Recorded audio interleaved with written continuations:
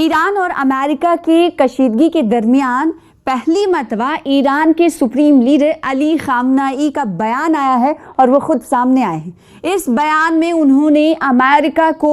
دھمکی دی ہے اور دھمکی میں انہوں نے کیا کہا ہے آپ کو بتائیں گے۔ انہوں نے کہا ہے کہ ہمارے لیے حساس وقت ہے اور لیکن امریکہ کو بھی سمجھ لینا چاہیے کہ اگر اس کی طرف سے جنگ کی شروعات یا حملہ کیا جاتا ہے تو اس کو لے کر سپریم لیڈر علی خامنہئی کی طرف سے کیا کہا گیا، پوری تفصیل اس ویڈیو کے ذریعے ہم آپ کو بتائیں گے۔ آداب، استقبال ہے آپ کا سوشل میڈیا پلیٹ فارم دیکھ رہے ہیں آپ، میں ہوں آپ کے ساتھ ثنا وارث۔ حساس وقت، ہفتوں بعد علی خامنہئی پہلی مرتبہ سامنے آئے ہیں۔ خامنہئی نے اس موقع پر سامنے آتے ہوئے انتباہ دیا ہے، کیا موقع تھا اور کس وقت انہوں نے بیان دیا، یہ پوری تفصیل آپ کو بتائیں گے۔ خامنہئی نے امریکہ کو انتباہ دیا ہے، دھمکی دی ہے کہ اگر امریکہ نے حملہ کیا تو علاقائی جنگ ہوگی۔ خطے میں امریکی صدر ڈونلڈ ٹرمپ کی ایران کو دھمکیوں کے بعد پیدا ہونے والی شدید کشیدگی کے درمیان ایرانی سپریم لیڈر علی خامنہئی ہفتوں بعد پہلی مرتبہ منظر عام پر آئے ہیں۔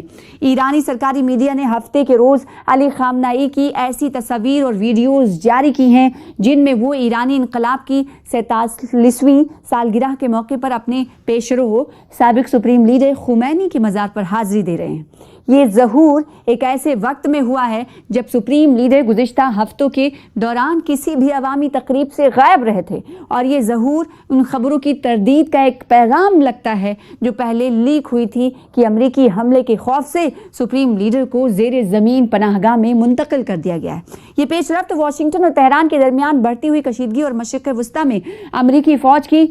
بڑی قوت جمع کرنے کے ساتھ سامنے آئی ہے۔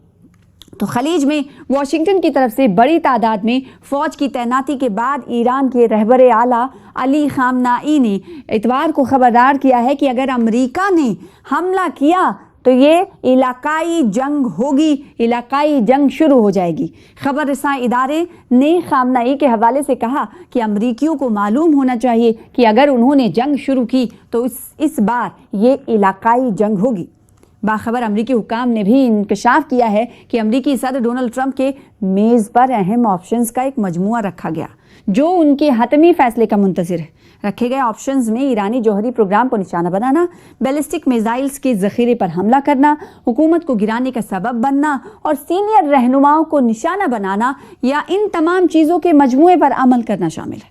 ہفتے کے روز یہ بات وہ ایک اخبار نے بتائی تھی۔ علی خامنہئی کو اس میں کیا نشانہ بنایا گیا تھا یہ بھی جان لینا ضروری ہو جاتا ہے۔ ٹرمپ کو گزشتہ ہفتوں کے دوران ایران کے خلاف کئی ممکنہ جارحانہ آپشنز کے بارے میں بریفنگ دی گئی ہے، اور کئی آپشنز کے بارے میں جہاں بریفنگ دی جا رہی ہے اس میں سے کہا جا رہا ہے کہ ڈونلڈ ٹرمپ کے پاس 3 آپشنز ہیں، اور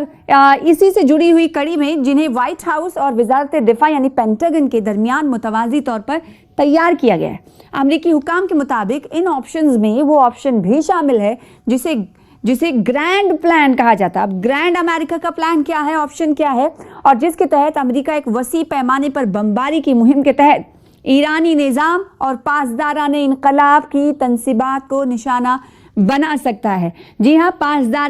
پاسداران انقلاب وہ فوج ہے ایران کی جسے ایران اپنی طاقت سمجھتا ہے، اور حال ہی میں آپ نے دیکھا تھا کہ EU کی طرف سے پاسداران انقلاب کو دہشت گردانہ فہرست میں، آرگنائزیشن کے فہرست میں شامل کیا تھا، جس کے بعد ایران نے 2 ٹوک انداز میں حملہ بولا تھا اور اس بات کو نکار دیا تھا اور EU پر ناراضگی کا اظہار کیا گیا تھا۔ EU کے اوپر کہا تھا کہ ہم بھی آپ کو دہشت گرد قرار دیتے ہیں۔ اب یہ اہم پہل اس لیے کافی معنی خیز لگتی ہے کیونکہ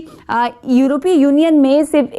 10 ملک نہیں بلکہ 27 ممالک آتے ہیں۔ ایسے میں پاسداران انقلاب ایرانی ریولیوشنری گارڈز کارپس، ایک ایسی فوج جو ایران کی طاقت کا مظاہرہ کرتی ہو، اسے اگر EU کی طرف سے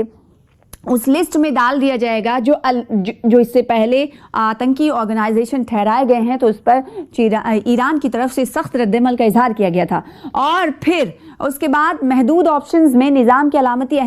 اہداف کو نشانہ بنانا شامل ہے تاکہ بعد میں حملوں میں شدت لانے کی گنجائش باقی رہے۔ اگر تہران کسی ایسے معاہدے پر راضی نہیں ہوتا جو ٹرمپ کو مطمئن کر سکے، جہاں تک ایرانی سپریم لیڈر کو اس طریقے سے نشانہ بنانے کے معاملے کا تعلق ہے جیسا کہ وینزویلا کے صدر نکولس مادورو کے خلاف آپشنز کیا گیا تھا، تو ذرائع کا خیال ہے کہ ایران میں یہ بہت زیادہ مشکل ہے۔ اس کی وجہ یہ ہے کہ وہاں قیادت کے تحفظ کے لیے سخت ترین حفاظتی اقدامات کیے گئے ہیں۔ اسی طرح ایران کے دارالحکومت ساحلوں سے دور اندرونی گہرائی میں واقع ہے۔ ایران اور امریکہ کے درمیان بڑھتی ہوئی کشیدگی کے جلو میں ایرانی سپریم لیڈر آیت اللہ علی خامنہ کے مشیر نے بھی اس سے پہلے ہم نے دیکھا کہ آج تو ظہور ہوا علی خامنہ کا، یعنی وہ سامنے آئے اور انہوں نے کھلے الفاظ میں امریکہ کو انتباہ دیا ہے کہ اگر امریکہ نے حملہ کیا تو علاقائی جنگ ہوگی، ایران ایک انچ بھی پیچھے ہٹنے کو تیار نہیں ہوگا، بلکہ اس کا بھرپور انداز میں جواب دیا جائے گا۔ ایسا یہ نہیں ہے کہ اس طرح کے بیان کسی اور کی طرف سے نہیں دیے گئے، کیونکہ سپریم لیڈر آیت اللہ علی خامنہ کے مشیر ہیں جن کا نام ہے علی شمخانی، انہوں نے پھر سخت بیانات دہرائے تھے۔ جب علی خامنہ کا ظہور ہوا اس سے پہلے انہوں نے بیان دیے اور کئی مرتبہ یہ بیان دیے۔ انہوں نے ہفتے کے روز کہا تھا اعلیٰ دفاعی کونسل میں خامنہ کے نمائندے علی شمخانی نے کہ ایران پر کسی بھی حملے کا مؤثر اور روک دینے والا جواب دیا جائے گا، یعنی ایک ایسا حملہ، ایسا بھرپور جواب جسے دیکھ کر امریکہ دنگ رہ جائے گا اور اسے جنگ کو روکنا پڑے گا کہ یہ تو بہت دمدار جواب تھا۔ انہوں نے واضح کیا کہ تہران پر اگر حملہ ہوا تو اس کا جواب تل ابیب کے وسط تک پہنچے گا۔ یہ بات ایرانی خبر رساں ایجنسی کی جانب سے بتائی گئی ہے، اور جس کے بعد ہم نے دیکھا کہ کہیں نہ کہیں تیور میں بھی نرمی آتی ہوئی دکھائی دے رہی۔ تو ایران نہ صرف